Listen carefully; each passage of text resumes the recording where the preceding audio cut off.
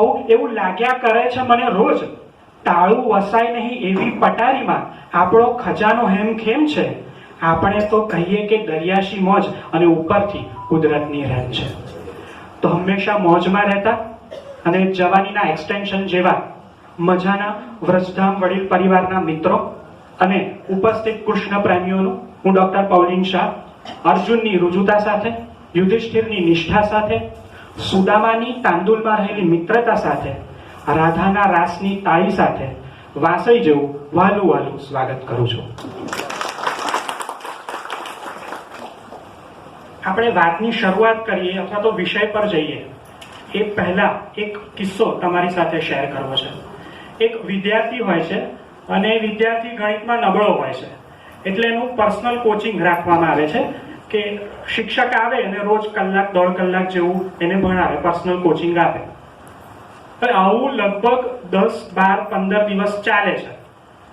પછી શિક્ષક પૂછે છે, ફીડબેક લે છે કે ભાઈ હું જે ભણાવું છું એમાં તને ખબર તો પડે છે ને, બધું ખ્યાલ તો આવે છે ને?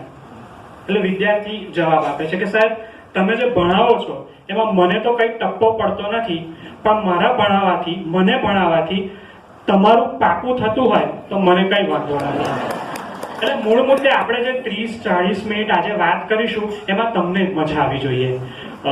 સાહેબે કીધું એ રીતે મારી ઉંમર એટલી નથી કે હું અહીંયા કોઈ ધર્મનો ઉપદેશ આપું કે સત્સંગ કરું, પણ આપણે આજે 30-40 મિનિટ સાથે ગાળવાની છે.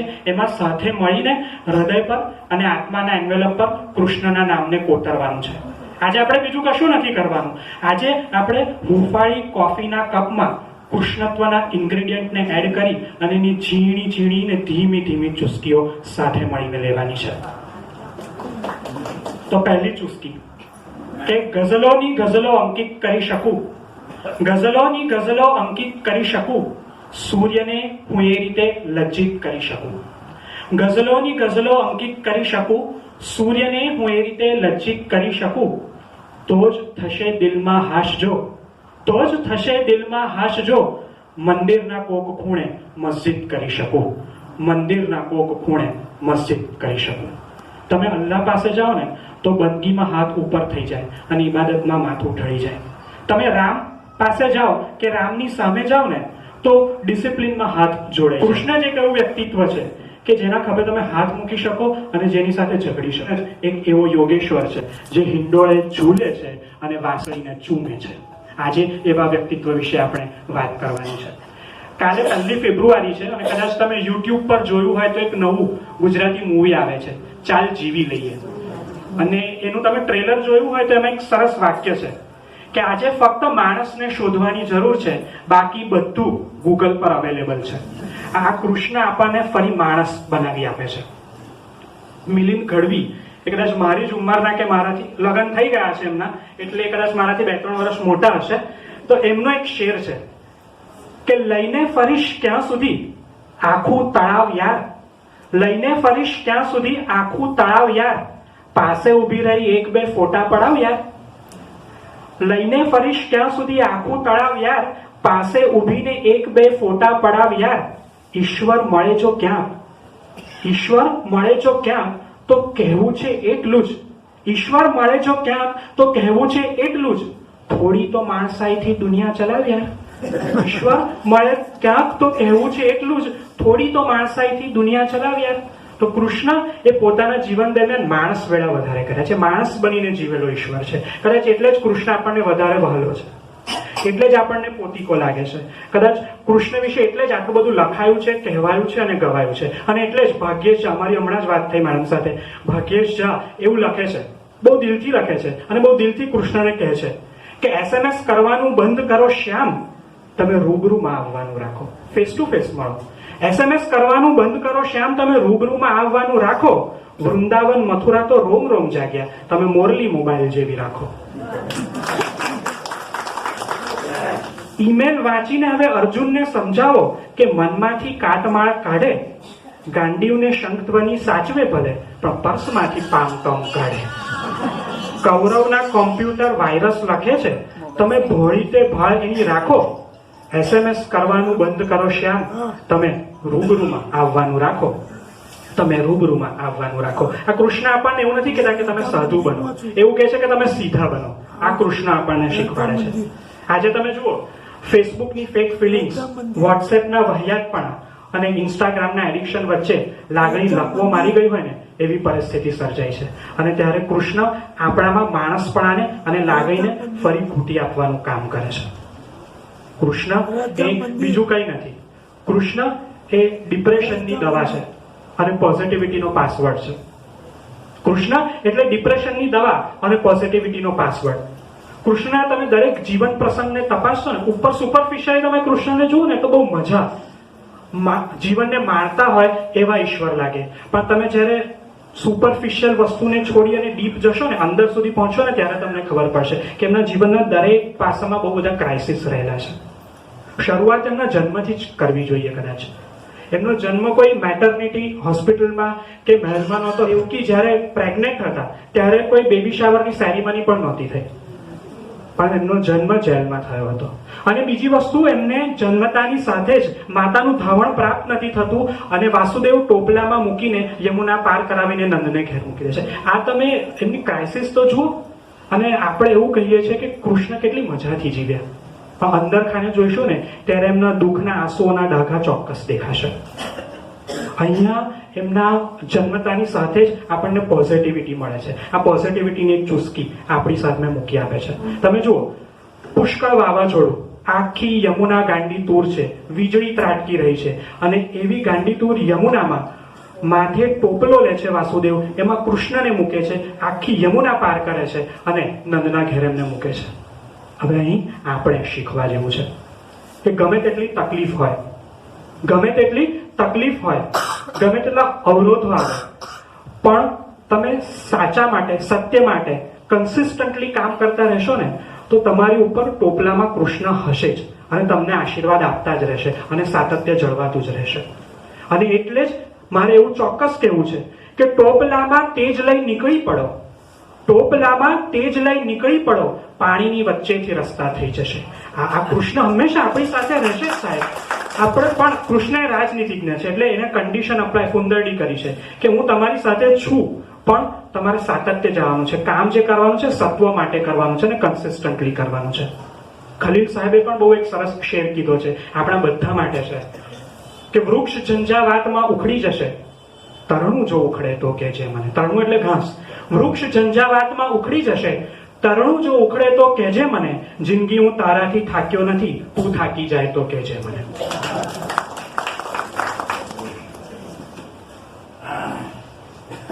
કૃષ્ણ મોટા થાય છે ગોકુળમાં અને એમનું બીજું ગુલામનું નામ આપણને ખબર છે, માખણ ચોર.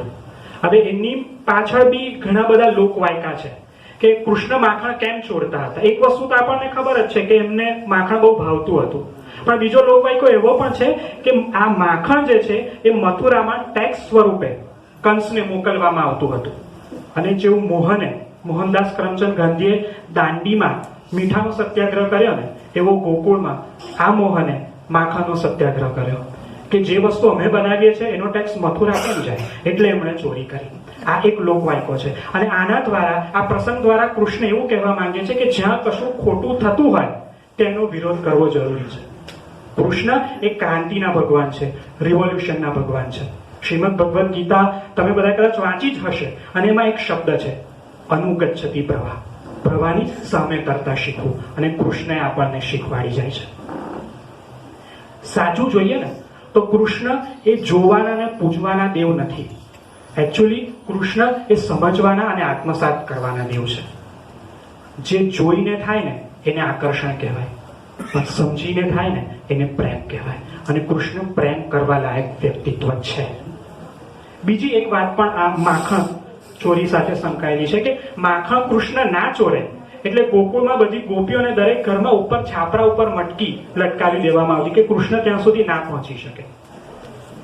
પણ કૃષ્ણએ આખી ટીમ એમની નક્કી કરી.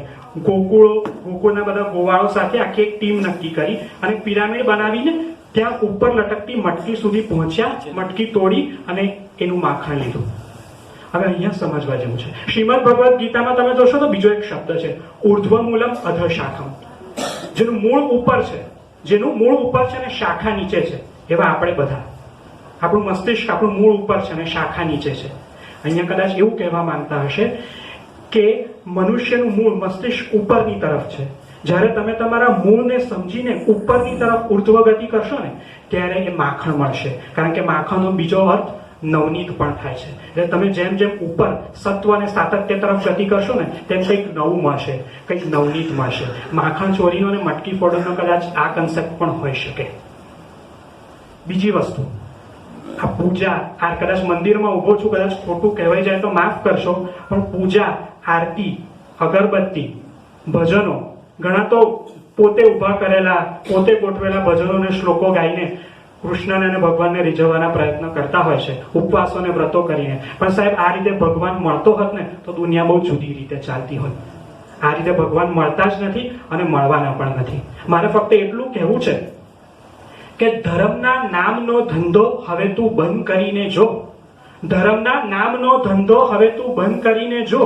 જન્માક્ષર, જન્મ કુંડળી બધું હેઠે મૂકીને જો. મંદિરમાં કે મસ્જિદમાં કદી મળતો નથી ઈશ્વર. તું ભીતરમાં ખુલી જઈને બધું શાશ્વત કરીને જો. તું ભીતરમાં ખુલી જઈને બધું શાશ્વત કરીને જો. કદાચ આપણો કૃષ્ણ આપણી અંદર જ છે, એને શોધવાનો બાકી છે, એને પામવાનો બાકી છે. બીજી વસ્તુ આપણે જોઈએ, કૃષ્ણના નામની કોફીની બીજી એક ચુસ્કીને લઈએ તો કૃષ્ણ જ્યારે ગોવર્ધન પર્વતને ઉંચકે છે ને ત્યારે ટચલી આંગળીનો ઉપયોગ કરે છે, અને સુદર્શન ચક્રને ઉંચકે છે ત્યારે અગ્ર આંગળીનો ઉપયોગ કરે છે. પણ જ્યારે વાંસળીને ઉંચકે છે ને ત્યારે બંને હાથનો ઉપયોગ કરે છે. આ મધુરતા છે. વાંસળી એ બે હાથે એટલે ઉંચકે છે કારણ કે કન્સ્ટ્રક્ટિવ કામ છે. ડિસ્ટ્રક્શન કરવાનું હોય ને સાહેબ ત્યારે એક આંગળી જ પૂરતી છે. પણ જ્યારે સંબંધ કેળવવાનો હોય, બાંધવાનો હોય, વિકસાવવાનો હોય ત્યારે બે હાથની મધુરતાની જરૂર પડે છે. ત્યારે આપણે નક્કી કરવાનું હોય છે કે વાંસળીના કયા કાણા પર આંગળી રાખવી, કયું કાણું ખુલ્લું રાખવું અને કેટલા પ્રમાણમાં ફૂંક મારવી. ત્યારે સંબંધ કેળવાય છે અને જળવાય છે. કૃષ્ણ વાંસળીમાં જે ફૂંક મારે છે ને એના દ્વારા કદાચ આપણા સુધી આ સંદેશો પહોંચાડવા માંગે છે. બીજી વસ્તુ કે કૃષ્ણ જ્યાંથી ગયા છે ત્યાંથી ક્યારેય પાછા નથી વળ્યા. કૃષ્ણ નદીની જેમ વહ્યા છે. એમને જેવી ખબર પડે છે કે સુદામા મેઇન ગેટ પર આવીને ઊભા છે, બધા સર્વન્ટ, બધા ગાર્ડને બાજુ પર રાખીને દોડતા મેઇન ગેટ પર જાય છે અને એમનું વેલકમ કરે છે. દ્વારકાનો રાજા ઈશ્વર, યોગેશ્વર પોતે એ દોડતો જાય છે અને સુદામાને ખેંચીને લાવે છે, સિંહાસન પર બેસાડે છે અને એના પગ ધોવે છે. એની સાદી તાંદુલને ખાય છે એ મજાથી. આ કૃષ્ણની સહજતા છે, રુજુતા છે, જે આપણે ક્યાંક કશેક માણવી રહી ને આપણામાં ઉતારવી રહી. કૃષ્ણના વ્યક્તિત્વ અથવા તો એના જીવન વિશે જો બે જ પંક્તિ કહેવી હોય ને આખા જીવન વિશે તો એટલું કહી શકાય. કૃષ્ણ એમ કે પોતે કે મારી રુજુતામાં મને ઘણી તકલીફ પહોંચી છે. રુજુતા એટલે સહજતા, સરળતા. કે મારી રુજુતામાં મને ઘણી તકલીફ પહોંચી છે, સફળ તો છું, સફળતામાં ઘણી તકલીફ પહોંચી છે. આ કૃષ્ણનું આખું જીવન કદાચ આ બે પંક્તિમાં આવી ગયું. કૃષ્ણ બીજી વસ્તુ આપણને શીખવે છે, બીજી પોઝિટિવિટી શીખવે છે જે આપણને બધાને ખબર છે, કર્મણ્યવાધિકાર છે. આ બહુ જ કહેવાયેલો ગવાયેલો ભગવદ્ ગીતાનો એક અંશ છે. પણ એનું કદાચ અનુવાદ અથવા તો ભાવાનુવાદ બહુ ખોટી રીતે થયું છે. કર્મ કરો, પરિણામની આશા પણ રાખો, પણ એના પર તમારો અધિકાર નથી. આજે હું જે 30-40 મિનિટ બોલીશ પછી મને તો એવી આશા છે જ કે તમે તાળીઓ પાડશો ને શાબાશી આપશો, પણ એના પર મારો અધિકાર નથી. એના પર અધિકાર તમારો છે. હું ચોક્કસ આશા રાખી શકું. કહેવાનો અર્થ એટલો જ કે always hope, never expect. Expectation જ્યાં રાખશો ને ત્યાં તમે દુઃખી થશો. આ કૃષ્ણ આપણને શીખવાડે છે. કૃષ્ણએ ગીતામાં ઉપદેશ આપ્યો. એના સિવાય ક્યારેય કોઈને બોલાવ્યા નથી કે આવું ભાઈ મારું લેક્ચર છે, હું બોલું છું તું સાંભળ. He is a man of action, he is not a man of word. આ આપણે કદાચ કૃષ્ણ પાસેથી શીખવાનું છે. એક જ એવો પ્રસંગ મહાભારતમાં છે. તમે મહાભારત વાંચ્યું હોય તો ખાંડવ દહન. ખાંડવ દહન એક જ એવો પ્રસંગ છે જ્યાં કૃષ્ણ અને અર્જુન બંને સાથે શસ્ત્રોને ઉંચકે છે. ઇન્દ્ર સામે યુદ્ધ થાય છે ખાંડવ વનમાં અને આખા વનને બાળવામાં આવે છે. એ વખતે અર્જુન અને કૃષ્ણ ત્યાં જાય છે અને ઇન્દ્રને હરાવે છે. ઇન્દ્ર પ્રસન્ન થાય છે અને બંનેને કહે છે માંગ માંગ માંગે તે આપો. હવે અર્જુન એટલે હું અને તમે, આપણા જેવો એક સાધારણ મનુષ્ય એટલે જ્યારે કોઈની પાસે વરદાન કોઈ કે માંગે તો આપો, એટલે આપણને જે જોઈએ એનું આપણે લિસ્ટ બનાવવા માંડીએ કે મને આ જોઈએ છે. એટલે અર્જુને શું માંગ્યું? અર્જુને માંગ્યું દિવ્ય શસ્ત્રો. તથાસ્તુ કહ્યું અને ઇન્દ્ર પાસેથી દિવ્ય શસ્ત્રો લીધા. અને પછી કૃષ્ણનો વારો આવ્યો. ઇન્દ્રએ કહ્યું, શ્રી કૃષ્ણ જણાવો તમને શું જોઈએ છે. અને ત્યારે સ્મિત સાથે કૃષ્ણ એટલું જ કહે છે, પ્રીતિમ પાર્થેન શાશ્વતી. પાર્થ સાથે મારી પ્રીતિ શાશ્વત બની રહો. અને પાર્થનો બીજો અર્થ કહીએ જોઈએ ને તો ધરતીના પુત્રો એવો થાય છે. અને એ રીતે કૃષ્ણ આખા મનુષ્ય લોકમાં શાશ્વત કાળ માટે પ્રિય બની ગયા. કૃષ્ણએ હંમેશા બીજા માટે જીવ્યા છે. ક્યારેક કોઈની આપત્તિમાં સહાય કરી તો ક્યારેક કોઈની સમર્પણ ભાવથી સેવા કરી. કોઈકની બાંસુરીની ધૂનથી, કોઈકને ઉપદેશના વચનથી, કોઈકના હૃદયના પ્રેમથી, કોઈને રક્ષણના શૌર્યથી, કોઈને સ્મિતથી તો કોઈને સુદર્શન ચક્રથી. આ મુરલીધરે મુકુટમાં ધારણ કરેલા મોરપીંછના રંગો જેવી મેઘ ધનુષ્ય કૃપા બધે વરસાવી છે. કૃષ્ણએ આપણને સહનશીલતા શીખવાડી, કૃષ્ણએ ધીરજ શીખવાડી, પણ એમણે એવું પણ કીધું કે સહન કરવાની સાથે સાથે સેલ્ફ રિસ્પેક્ટ પણ મેન્ટેન કરવાનું. ઈગો જુદી વસ્તુ છે ને સેલ્ફ રિસ્પેક્ટ જુદી વસ્તુ છે. બહુ પાતળી ભેદરેખા છે એની વચ્ચે, જેને સમજાય એને સમજાય. અને સેલ્ફ રિસ્પેક્ટ મેન્ટેન કરવાનું બહુ સરસ ઉદાહરણ કૃષ્ણએ આપ્યું. કૃષ્ણ એ શિશુપાલની 100 ગાળ સહન કરે છે, પણ 101મી ગાળે ભર સભામાં સુદર્શન ચક્ર વડે એનો વધ કરે છે. કૃષ્ણ બીજું કંઈ નથી, એ વાસળી અને સુદર્શન વચ્ચેનું બેલેન્સ છે. કૃષ્ણ એ માધુર્ય અને ખુમારી વચ્ચેનું બેલેન્સ છે. બીજી ખાસ વસ્તુ એમ કહેવાની કે કૃષ્ણ ક્યારે પોતાના સ્ટેટસની ચિંતા કરી જ નથી સાહેબ. એમણે કર્મ અને ધર્મને જ સેન્ટરમાં રાખ્યા છે. કૃષ્ણની ધીરજ અને પેશન્સને ખરેખર સલામ કરવા જેવી છે સાહેબ. તમે જુઓ, બંને બાજુ મહાભારતના સંગ્રામમાં કૌરવો પાંડવો શસ્ત્ર સાથે તૈયાર છે, શંખ ફૂંકવાની તૈયારી જ છે, અને ત્યાં અર્જુન કહે છે કે ભાઈ મારે તો યુદ્ધ નથી લડવું. આ તમે જુઓ કેવી કન્ડિશન છે. અત્યારે તમે જુઓ, એઝ ડેન્ટિસ્ટ ઓર એઝ સર્જન તરીકે હું તમને દાખલો આપું આજનું, એ જ ચિત્રને ફરી ઊભું કરીએ કે એક સર્જન છે, સિનિયર સર્જન છે, અને એમના ઓપરેશન થિયેટરમાં એમને આસિસ્ટ કરવા માટે લગભગ 2-2.5 વર્ષથી એક જુનિયર સર્જન છે એ ઇન્ટર્નશિપ કરે છે. એની ઇન્ટર્નશિપ પૂરી થાય છે એટલે ઇન્ડિપેન્ડન્ટલી સર્જરી કરવાનું કહેવામાં આવે છે. પહેલો કેસ છે, બધું ડાયગ્નોસિસ થઈ ગયું છે, ટ્રીટમેન્ટ પ્લાન નક્કી થઈ ગયો છે, જે બ્લડ ઇન્વેસ્ટિગેશન કરવાના પેશન્ટને એ બધા આવી ગયા છે. ઓપરેશન થિયેટરમાં દર્દીને લઈ જવામાં આવ્યો છે અને હવે એને જનરલ એનેસ્થેસિયા આપવામાં આવે છે અને પેલો સર્જન આવીને એવું કહે છે કે મારાથી તો ઓપરેશન નહીં થાય. તો આ વખતે પેલો સિનિયર સર્જન શું કરે? 2 જ ઓપ્શન હોય. એક તો એવું કે તું અત્યાર સુધી મારી સાથે જેવી રીતે આસિસ્ટ કરતો હતો એ રીતે મને આસિસ્ટ કર અને હું સર્જરી પતાવીશ, નહીં તો મેં કે ગેટ આઉટ, હું મારું કામ કરી લઈશ.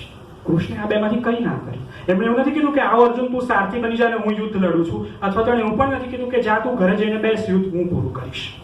આ કૃષ્ણ સહનશીલતા અને ધીરજના પ્રતીક છે.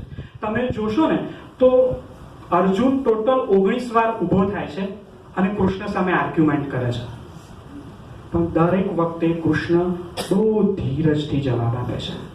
આ પોઝિટિવિટી છે, આ આપણે કૃષ્ણમાંથી શીખવા જેવું છે.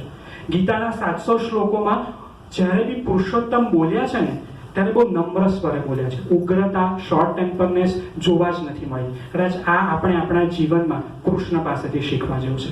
અને આ વાત જ્યારે આવે ને ત્યારે બીજા અધ્યાયનો 56મો શ્લોક ચોક્કસ યાદ આવે. દુઃખેશુ અનુદ્વેગ મનઃ સુખેશુ વિગતિ સ્પૃહ વિતરાગ ભય ક્રોધ સ્થિરદેહી મુનિ ઉચ્યતે. દુઃખમાં ઉદ્વેગી ન થાય, સુખમાં જે ચલિત ન થાય, રાગ દ્વેષ ભય જેના નાશ પામ્યા છે ને એવો સ્થિત પ્રજ્ઞ વ્યક્તિ જ ઋષિ બની શકે છે. આમાંનો એકાદ ગુણ પણ આવે ને સાહેબ તો ગંગા નાહ્યા જેવું છે. હવે ગંગામાં બી નાહવા જેવું નથી એટલે કંઈક બીજું વિચારવું પડે, પણ આ બધું કૃષ્ણ પાસેથી શીખવા જેવું છે. બીજી વસ્તુ, વાસળી પોલી છે ને એટલે એમાંથી મધુરતા પ્રગટે છે. આપણે અંદર એટલું બધું ભરી રાખ્યું છે ને એટલે બહાર મધુરતા આવતી જ નથી. ભીતરથી ખાલી થઈશું ને ત્યારે બહાર મધુરતા પ્રગટશે. કૃષ્ણે આપણને આ સમજાવ્યું છે. કૃષ્ણ ક્યારેય કોઈના રહ્યા જ નથી. એમણે કોઈ કોપીરાઇટ લીધો નથી અને કોઈની રોયલ્ટી બી સાબિત નથી કરી. તકલીફ એ છે કે આઈ ઓલવેઝ કેપિટલ છે. આ આઈ આપણને નડે છે, પણ આ આઈને જ્યારે તમે આડો પાડશો ને ત્યારે બ્રિજ બની જશે, પુલ બની જશે આત્માથી પરમાત્મા સુધીનો, લોકોથી અથવા તો માણસથી ઈશ્વર સુધી બનવાનો. આપણે એ આઈને આડો પાડવાની જરૂર છે. આઈ આડો પડશે ને એટલે બાકી બધું મધુર થઈ જશે, અંદર બહાર બધું મધુર થઈ જશે. અને ત્યારે હેમંત શાહનો એક શેર તમને કહેવો છે કે એ અગોચર તત્વ સાથે ક્યાં કશું સંધાય છે, એ અગોચર તત્વ સાથે ક્યાં કશું સંધાય છે, પહેલો પુરુષ એક વચન ત્યાં વચ્ચે આવી જાય છે. એટલે પહેલો પુરુષ એક વચન જે છે ને એને ખસાવવાની જરૂર છે.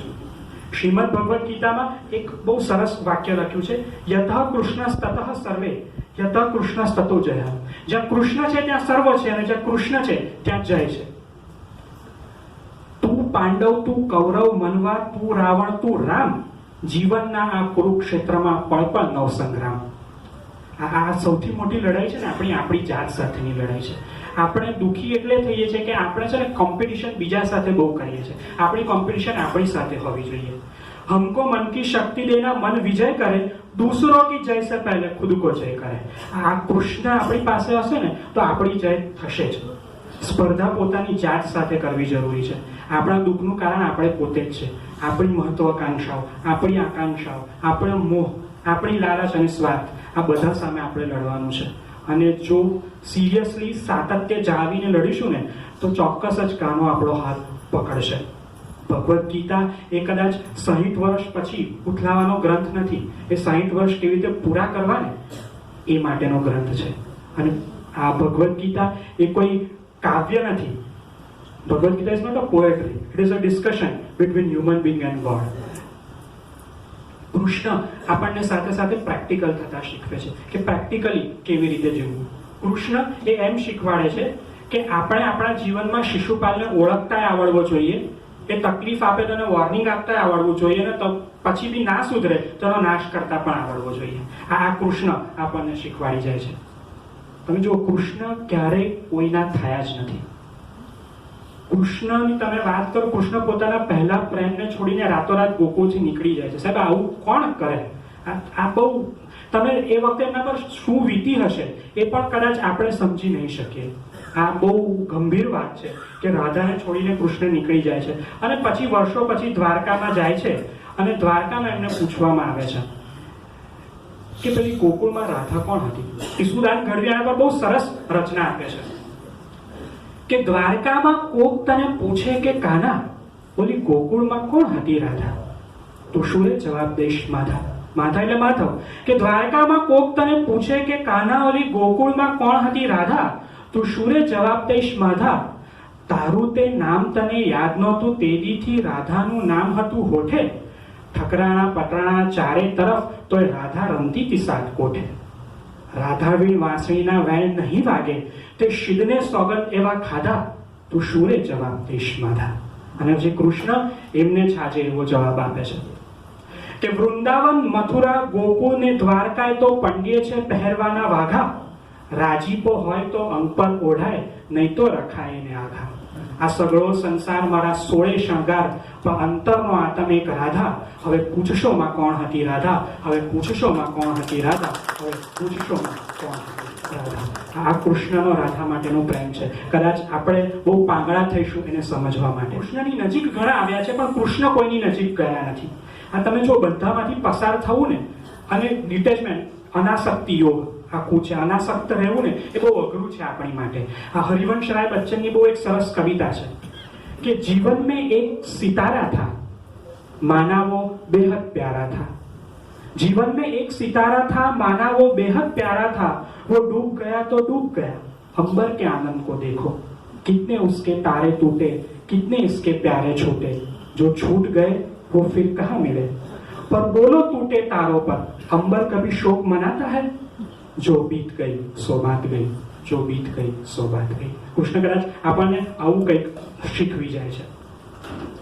કૃષ્ણએ પોતાના જીવનમાં શરૂઆત જ એનાથી કરી કે બહુ ક્રાઇસિસમાં રહ્યું. એમણે અપમાનના કેટલા ઘૂંટડાઓને પીધા છે. આ ખરેખર સમજવા જેવી વસ્તુ છે. એ વખતનું કેટલી મહાન વિભૂતિ કેટલી મોટી પર્સનાલિટી, એ કર્ણ પાસે સામેથી જાય છે પાંડવોના પક્ષે આવવા માટે. એમને એમ પણ કહે છે કે દ્રૌપદી તારી થઈ જશે, તું પાંડવોના પક્ષે આવી જા. પણ કર્ણ એમને ઘસીને ના પાડે છે. આટલા મોટા વ્યક્તિને ત્યારે રિજેક્શન મળે છે. એમને ખબર છે કે કૌરવોની સભામાં જઈશ શાંતિનો પ્રસ્તાવ લઈને તો પણ એમાં મને કઈ હા નથી મળવાની, તેમ છતાં એ જાય છે શાંતિદૂત બનીને, અને ત્યાં પણ સક્સેસફુલ નથી થતા. આ બીજું રિજેક્શન એમને મળે છે. આખો મહાભારત સંગ્રામ થાય છે અને એક પછી એક બધા કૌરવો મૃત્યુ પામે છે. એટલે ગાંધારી ગુસ્સે થાય છે અને એમને શાપ આપે છે કે તું પશુના મોતે મરીશ. આ શાપ પણ એ પોતાના શિરે ચડાવે છે. પાંડવોના પુત્રોની અશ્વત્થામા હત્યા કરે છે ત્યારે પેલી બાજુ એની પરમ સખા દ્રૌપદી એ પણ ગુસ્સે થાય છે અને બધો બળાપો કૃષ્ણ ઉપર કાઢે છે. ના બોલવાનું કેટલું એ બોલે છે. આ બધા અપમાનના ઘૂંટડા કૃષ્ણ પી લે છે. આનું કારણ ખબર છે? કારણ કે લાઇમલાઇટમાં જે વ્યક્તિ હોય ને સાહેબ, એ જાહેર જગ્યાએ અમુક ડિસિઝન લે ને એની આપણને ખબર ના પડે, એના ખુલાસા ના હોય. અને બીજી વસ્તુ, મિત્રોને ક્યારેય ખુલાસાની જરૂર નથી હોતી અને દુશ્મનો ખુલાસા સમજી નથી શકતા. સૂર્ય અંદરથી બળબળતો હોય છે. સૂર્ય અંદરથી બળબળે છે કદાચ એટલે બહાર તેજ અને પ્રકાશ આપે છે. કૃષ્ણ આ વાતનું બહુ સુપેરે પ્રતિનિધિત્વ કરે છે. ખલીલ સાહેબનો અહીંયા બહુ સરસ શેર ટાંકો છે કે અમે અમારી રીત પ્રમાણે રાતોને અજવાળી છે. અમે અમારી રીત પ્રમાણે રાતોને અજવાળી છે. તમે ઘરે દીવો સળગાવ્યો, અમે જાતને બાળી છે. ને વાર તહેવારે જીદે ચડતી ઈચ્છાઓ પંપાળી છે. વાર તહેવારે જીદે ચડતી ઈચ્છાઓ પંપાળી છે. મનમાં ભીતર હોળી સળગે, ચહેરા પર દિવાળી છે. મનમાં ભીતર હોળી સળગે, ચહેરા પર દિવાળી છે. કદાચ કૃષ્ણ આપણને આવું સમજાવે છે. તમે જુઓ, એક મિલિંદ ગઢવીની બહુ સરસ રચના છે કે ધાર્યા કરતા વહેલી થઈ ગઈ આ જાત સદંતર મેલી થઈ ગઈ. ધાર્યા કરતા વહેલી થઈ ગઈ જાત સદંતર મેલી થઈ ગઈ. મેં હસવાનું શીખી લીધું તો દુનિયાને મુશ્કેલી થઈ ગઈ. આ કૃષ્ણ કોક જગ્યાએ ચોક્કસ મેલા થયા છે. એમણે ક્યાંક અધર્મનો સાથ આપ્યો છે. તમે જુઓ, મહાભારતના સંગ્રામમાં જ્યારે કર્ણ નિશસ્ત્ર હોય છે, રથનું પૈડું બદલે છે, ત્યારે અર્જુનને કહે છે કે કર્ણનું વધ કર, અને ત્યારે કર્ણનું વધ થાય છે. હા, આ કદાચ અધર્મ હતું, પણ પરમ સત્ય માટે નાના નાના સત્યોનો ભોગ આપવો પડે તો એમાં કંઈ વાંધો નથી. ટૂંકમાં માનવ જીવનના લોંગ ટર્મ ગોલમાં જો બેનિફિટ કરતું હોય તો શોર્ટ ટર્મ અસત્ય ચાલે, એવું કૃષ્ણ કહે છે. કૃષ્ણ બીજું એમ પણ કહે છે કે યોગ ક્ષેમમ વહામ્યમ. એમ પણ કહે છે કે મામેકમ શરણ. તમે પૂરા ડેડિકેશન સાથે કામ કરો, બીજું બધું યોગ ક્ષેમની ચિંતા છોડી દો, મારા શરણે આવી જાઓ, તમે ફક્ત કામ કરો, બાકી બધું મારા પર છોડી દો. આ કૃષ્ણ કહે છે. ઇન શોર્ટ, તમે ડેડિકેશન સાથે કામ કર્યા કરો, બાકી બધી ચિંતા છોડી દો. આ કૃષ્ણનું 100% વાક્ય. પણ આપણી તકલીફ એ છે સાહેબ કે આપણને પોતાનામાં રસ જ નથી. બાજુવાળા ગાડીનું કયું નવું મોડેલ લાયા ને એ જોવામાં વધારે રસ હોય છે. આપણે કર્મની કન્સિસ્ટન્સીના નહીં, આપણે કમ્પેરિઝનની ક્રેવિંગના માણસો છીએ, એટલે કદાચ દુઃખી થઈએ છીએ. કૃષ્ણ હંમેશા સિચ્યુએશન મુજબ જજમેન્ટ લે છે. એ જજમેન્ટલ થઈને કોઈ સિચ્યુએશનને એક તરફી નથી જોતા. કૃષ્ણનું કેરેક્ટર છે ને એ ચોકલેટી કેરેક્ટર છે, એટલે એને ગળી જવામાં સહેજે મજા નથી સાહેબ. એની મજા છે મમડાવવામાં, પીપરમીન્ટ તરીકે અથવા તો પછી કોફીના ઘૂંટડે ચૂસકી લઈને. જય વસાવડાએ તો એવું લખ્યું છે કે અન્ય ભગવાન એ બહુ પ્રેડિક્ટેબલ છે, પણ આ કૃષ્ણ એક એવો ઈશ્વર છે જે અનપ્રેડિક્ટેબલ છે. એ કદાચ આજે જન્મે ને તો શું કરશે ને છાતીને ઠોકીને ના કહી શકાય. એ યુદ્ધ પણ કરી શકે છે અને સમાધાન પણ કરી શકે છે. શુભ હેતુ માટે ગમે તે સાધન ઉઠાવવા માટે તૈયાર ઈશ્વર આદરપાત્ર બને, અને એવો આ ઈશ્વર છે યોગેશ્વર શ્રી કૃષ્ણ. અને કયુગમાં તો આવું વાકી આંગળીથી ઘી કાઢનાર કૃષ્ણ જ ફાવે, બીજા કોઈ ભગવાન ના ફાવે સાહેબ. આ કૃષ્ણ, આ કાનુડો, આ શ્યામ, આ ઘનશ્યામ, આ Govind, Murlidhar, Radheshwar, Raseshwar, Yogeshwar, Dwarkadhish, Makhanchor, Madhav, Madhusudan, Nandkishore, Bansidhar, Ranchhod, darling of humanity અને ડાન્સિંગ ગોડ એ 21મી સદીનો ભગવાન છે. અને ઓશોએ તો ત્યાં સુધી કીધું છે કે 21મી સદીનો નહીં, એ 23મી સદીનો ભગવાન છે. એ કૃષ્ણમાં તકલીફ એ થઈ કે એમના સમય કરતા થોડા વહેલા જન્મી ગયેલા ભગવાન છે, બાકી બધું બરાબર જ હતું. બીજી વસ્તુ ખાસ એ કરવી છે કે કૃષ્ણ એક પોલિટિશિયન છે, રાજનીતિજ્ઞ છે, પણ એમને જે પણ રાજનીતિ આચરીને એ ધર્મના સ્થાપન માટે કરી છે, પોતાના સ્વાર્થ માટે નથી કરી. એમણે તો કહી દીધું છે કે પરિત્રાણાય સાધુનામ વિનાશાય ચ દુષ્કૃતામ ધર્મ સંસ્થાપનાર્થાય સંભવામી યુગે યુગે. પણ તમને 100% વાત કહું સાહેબ, કૃષ્ણ ફરી આવવાના નથી, અને ના આવે તો જ સારું. કારણ કે આજે તમે જુઓ માણસો સાહેબ, માણસમાં માણસાઈ સિવાય બધું જ છે. એક બહુ સરસ કવિતા ગીત છે કે લક્ષ્મીની જેમ જ લાગણીઓ ગણે છે, આ માણસ બરાબર નથી. ગણે છે ને ઓછી પડે તો લડે છે, આ માણસ બરાબર નથી. સમી સાંજે દરિયા તરફ જવું તો દરિયા તરફ પીઠ રાખી, એ ગાડી ને માણસને જોયા કરે છે, એ માણસ બરાબર નથી. એટલે આવામાં કૃષ્ણ ના આવે એ જ કદાચ સારું છે. કારણ કે આજે એવું છે કે જ્યારે તકલીફ થાય ને ત્યારે જ આપણે નામ લઈએ છીએ ભગવાનનું. સૌમ્ય જોશીએ બહુ સરસ લખ્યું છે કે ઠોકરની સાથે નામ તુજ લેવાય છે ઈશ્વર, ઠોકરની સાથે નામ તુજ લેવાય છે ઈશ્વર, તું કેવા અકસ્માતથી સર્જાય છે ઈશ્વર. એટલે કૃષ્ણ દૈહિક સ્વરૂપે નહીં ચાલે, પણ તેમ છતાં આપણે એમને મળી શકીશું, અને આપણે એમને શોધવાના છે આપણા કર્મથી, વે ઓફ લિવિંગથી અને વે ઓફ થિંકિંગથી. પણ તકલીફ એ છે કે આપણી પાસે મીરાની રાહના કૃષ્ણ છે, આપણી પાસે રાધાને વિરહના કૃષ્ણ છે, આપણી પાસે પેલી સુદામાની તાંદુલમાં રહેલી મિત્રતાના કૃષ્ણ છે, જરાસંઘના હૃદયમાં રહેલા ભયના કૃષ્ણ છે, આપણી પાસે નરસિંહની કરતાલના કૃષ્ણ છે, આપણી પાસે વિભૂતિના કૃષ્ણ છે, પણ આપણી પાસે અનુભૂતિના કૃષ્ણ નથી. આપણે અનુભૂતિના કૃષ્ણને શોધવાનો પ્રયત્ન કરવાનો છે. અહીં ફરી ભાગ્યેશ જાને યાદ કરું અને એમ ચોક્કસ કહું કે મેળવી મેળામાં છલકાય અવાજ અને ભક્તિ તણાય જાણે ચીડમાં. મેળવી મેળામાં છલકાય અવાજ અને ભક્તિ તણાય જાણે ચીડમાં. માણસની જાત એના સગા ભગવાન માટે ટોળે વળી છે ભીની ભીડમાં. મંદિરના ખોબામાં ઉભરાણું આજ કશું મારા સિવાય મને ગમતું. મંદિરના ખોબામાં ઉભરાણું આજ કશું મારા સિવાય મને ગમતું. અધરાતે જન્મોનો ખોળિયો ઉકેલ કશું કાન જેવું આગમાંથી જમતું. ભીની નજર મારી મોરલીની ધાર એમાં રાધાની વાર્તા કરતી. મેળાને હોય નહીં મંદિરનું સરનામું, મેળો તો મળવાની ધરતી, મેળો તો મળવાની ધરતી. આ કૃષ્ણ આપણને પોઝિટિવિટીનો મેળાવડો આપે છે અને આપણી સામે મૂકી આપે છે.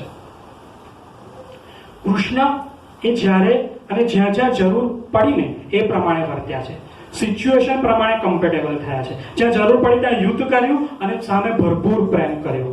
અને એટલે જ રહત ઇન્દોરીનો શેર કહેવો જોઈએ મારે કે ફૈસલા જો ભી હો મંજૂર હોના चाहिए, फैसला जो भी हो मंजूर होना चाहिए, जंग हो या इश्क हो भरपूर होना चाहिए.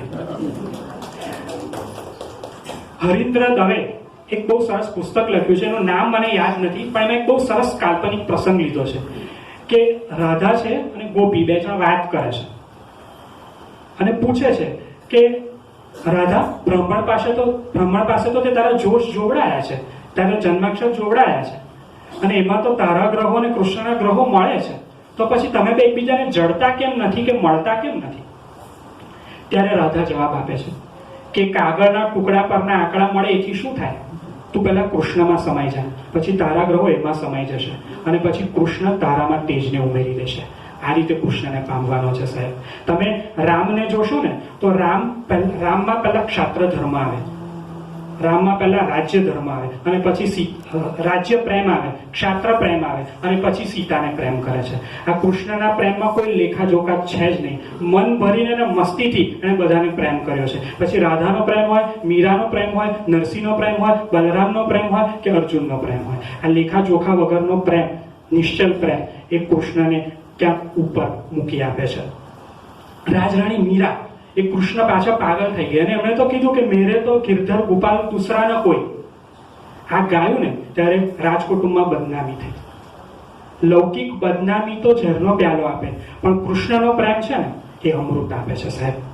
જેને કૃષ્ણનો પ્રેમ પીધો છે ને એને ઝેરના પ્યાલા કદી મારી નથી શકતા. કદાચ કૃષ્ણમાં આટલું સત્વ રહેલું છે.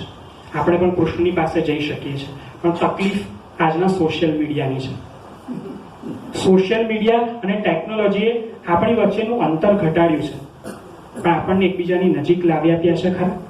જીઓએ આપણને જીવતા કર્યા છે, પણ ધબકતા કર્યા છે ખરા? આજે તકલીફ એ છે કે મોબાઈલ અને લેપટોપ કરતા માણસ વધારે હેંગ થઈ જાય છે, એવી પરિસ્થિતિમાં આપણે જીવી રહ્યા છે. આજે સાચું કહું તો આપણે સમયના ચોકઠામાં ગોઠવાઈ ગયેલા, ટેકનોલોજી અને ટ્રાફિક સિગ્નલમાં ફસાઈ ગયેલા માણસ નામના રોબોટ છીએ. અને રોબોટમાંથી ફરી માણસ બનાવવાનું કામ છે ને આપણને કૃષ્ણ કરી આપે છે.